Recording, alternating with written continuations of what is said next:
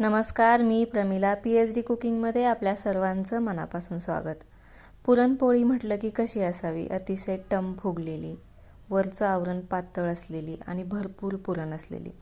पण बऱ्याचदा अनेकांचं काय होतं, पुरण पातळ होतं किंवा घट्ट राहतं, कडेपर्यंत पुरण जातच नाही, पोळपाटालाच पोळी चिकटते किंवा फाटते.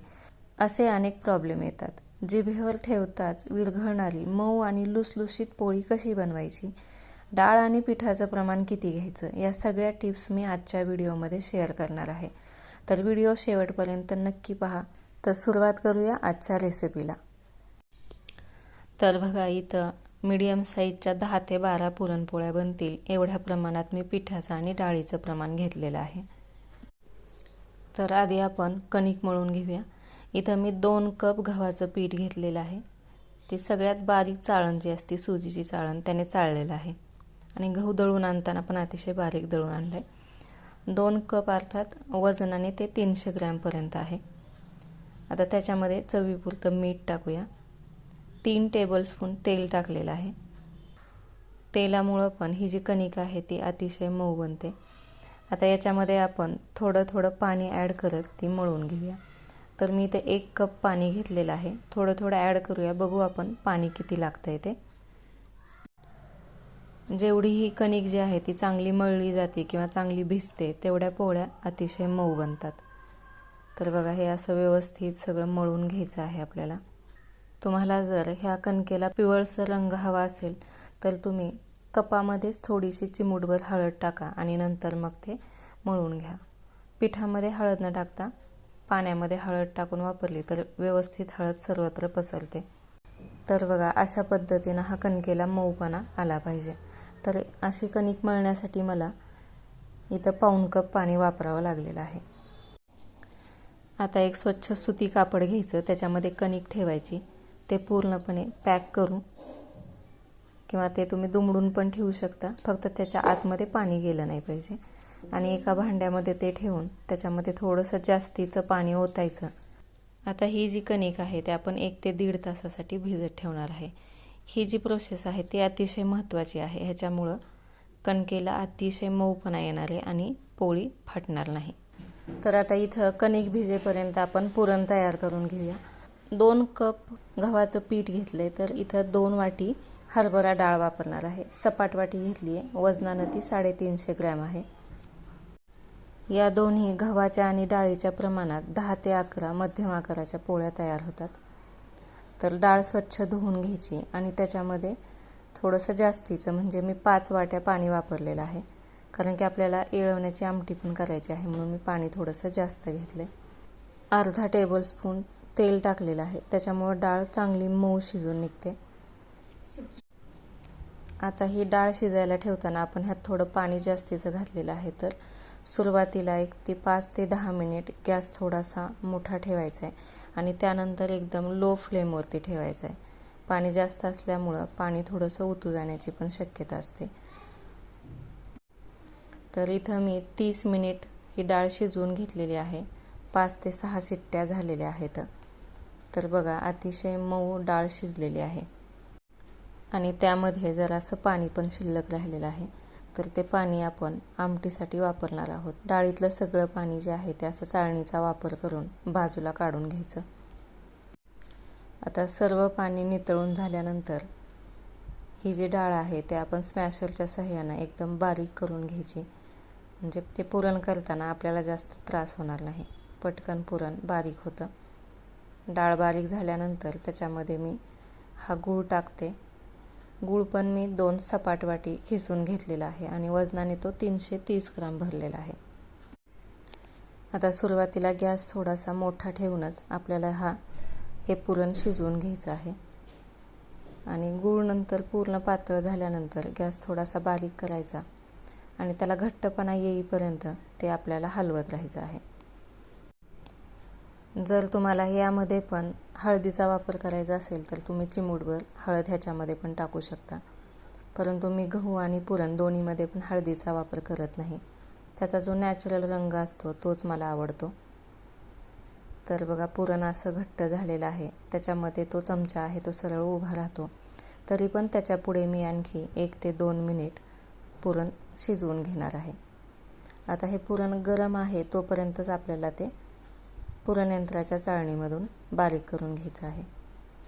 तर तुम्ही अशा चमच्याच्या पद्धतीने पण ते बारीक करू शकता किंवा तांब्या किंवा फुलपात्र याचा पण वापर करून ते बारीक करू शकता. तर बघा अशा पद्धतीने हे पुरण तयार झालेलं आहे. इकडं कणकेला पण 1.5 तास झालेला आहे. तर आपण बघूया कणिक कशी तयार झाली आहे. या कपड्यातलं जे पाणी आहे ते सर्व व्यवस्थित असं पिळून घ्यायचं आणि आता पाहू आपण. बघा किती मऊपणा कणकेला आलेला आहे. अशीच कणिक बनायला हवी, तर पोळी पण अतिशय मऊ लुसलुशीत बनते. आता त्याला थोडासा तेलाचा हात लावून आपण त्याचे छोटे छोटे गोळे व्यवस्थित बनवून घेऊया. तर एवढ्या 2 कपाच्या पिठामध्ये हे मीडियम आकाराचे 11 गोळे तयार झालेले आहेत. ते सर्व झाकून घेऊया. आणि आता जे पुरण तयार केलेलं होतं त्याचं पण आपल्याला जेवढे कणकीचे गोळे केलेत त्याच्यापेक्षा दुप्पट आकाराचे गोळे बनवायचे आहेत. बघा तुम्ही पुरण बघू शकता, त्याचा पण गोळा होतोय. आणि जी कणिक आहे, कणिक आणि पुरणाची गोळी दोन्हीचा पण मऊपणा सारखाच आहे. इथं ही गोष्ट फार लक्षात ठेवायची की दोन्हीची कन्सिस्टन्सी सारखीच झाली पाहिजे. पोळी लाटताना पुरण अगदी सर्वत्र व्यवस्थित कडेपर्यंत पसरतं. आता यामध्ये मी पावडर टाकणार आहे. त्याच्या अगोदर थोडंसं पुरण बाजूला काढून ठेवते, कारण की घरामध्ये एका मुलीला पावडर नसलेल्या पोळ्या आवडतात, तर एकीला पावडर टाकलेल्या पोळ्या आवडतात. आता बाकीचं राहिलेलं जे पुरण आहे त्याच्यामध्ये मी ही पावडर टाकते. साधारणतः अर्धा चमचा घेतली आहे. तर बडीशेप भाजून घ्यायची, त्याची बारीक पावडर करायची. आणि जायफळ, सुंठ पावडर आणि विलायची पावडर ह्या चारीचं मिश्रण जेव्हा आपण गुळाचे पदार्थ बनवत असतो त्यावेळी आवर्जून टाकायचं. ह्या चारी पावडरमुळं पदार्थाला अतिशय चांगला स्वाद येतो. आणि ते पुरणामध्ये असं व्यवस्थित मिक्स करून घ्यायचं. आता हे पावडर मिक्स न केलेलं जे पुरण आहे त्यातला छोटासा गोळा आपण ज्या पाण्याची येळवण्याची आमटी करणार आहोत त्याच्यामध्येच टाकायचं आहे. म्हणजे येळवण्याची आमटी पण तिखट आणि गोड अशा स्वरूपामध्ये छान बनते.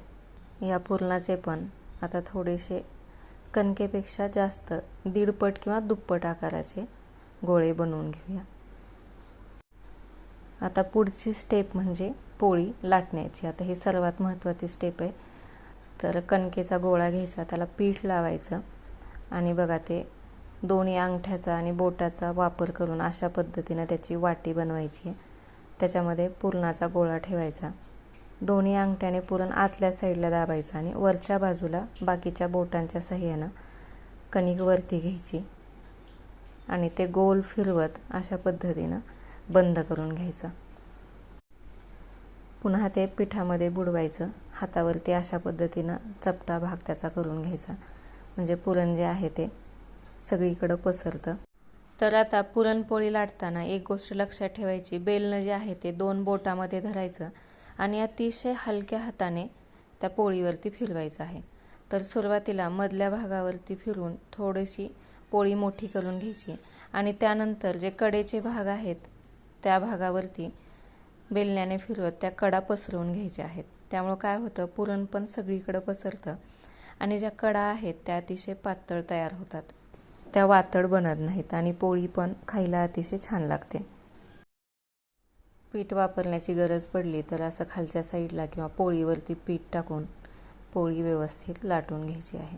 एक गोष्ट मात्र आवर्जून लक्षात ठेवायची की बेलनं जे आहे ते अतिशय हलक्या हाताने इथं फिरवायचं आहे, नाहीतर पोळीतलं जे पुरण आहे ते बाहेर येऊन पोळपाटाला चिकटू शकतं.